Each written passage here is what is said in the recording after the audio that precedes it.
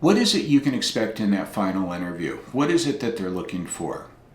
You know, I've asked this question to a number of C-level executives. I've asked this question to executive directors, to senior level management, and the answer has always been the same. 100% of the time, it's always been the same. They're looking to make sure that you are a fit, either for the company or for the department, depending upon the position that you're applying for. Why is it that they're taking time to interview you? Well, that could be one of two different things. I mean, it could be the company culture, that's just the way the company operates, or possibly that senior level executive may not fully trust the hiring manager, the individual that you'll be working for.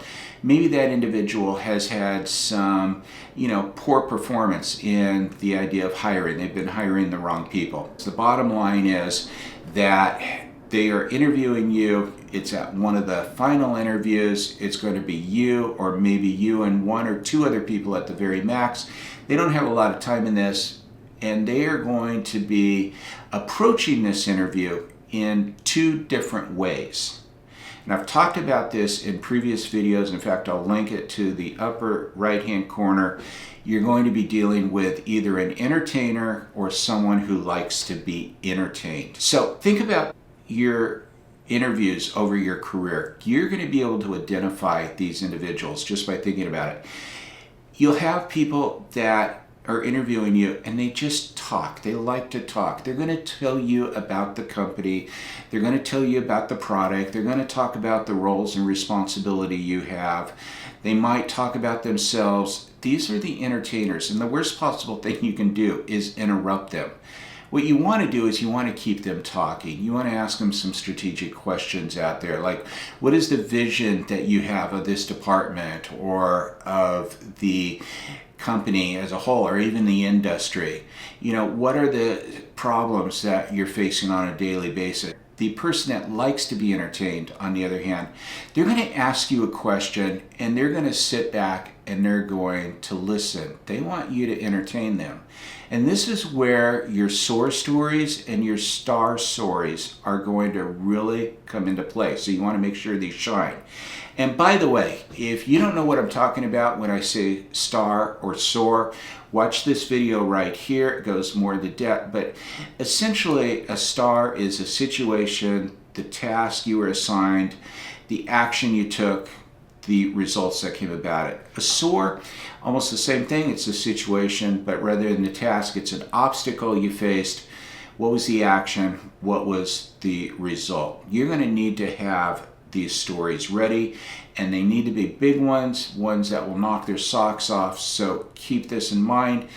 These are what you want to share. You want to share your accomplishments, not the daily activities, but your accomplishments that you're really proud of when they ask you these questions. So, and they may just simply ask you a question. The person that likes to be entertained, he or she may ask you, so tell me about a time, about a major accomplishment that you felt really proud of.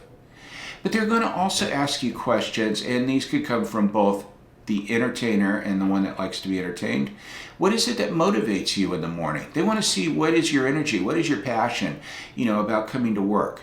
They may ask you about the culture of the company, or what you think the culture is of the company, and how you can make a benefit to it, how you can add to it. They may, ask you about what you know about the company. They're going to want to gauge, your knowledge of the company, how interested you are in this.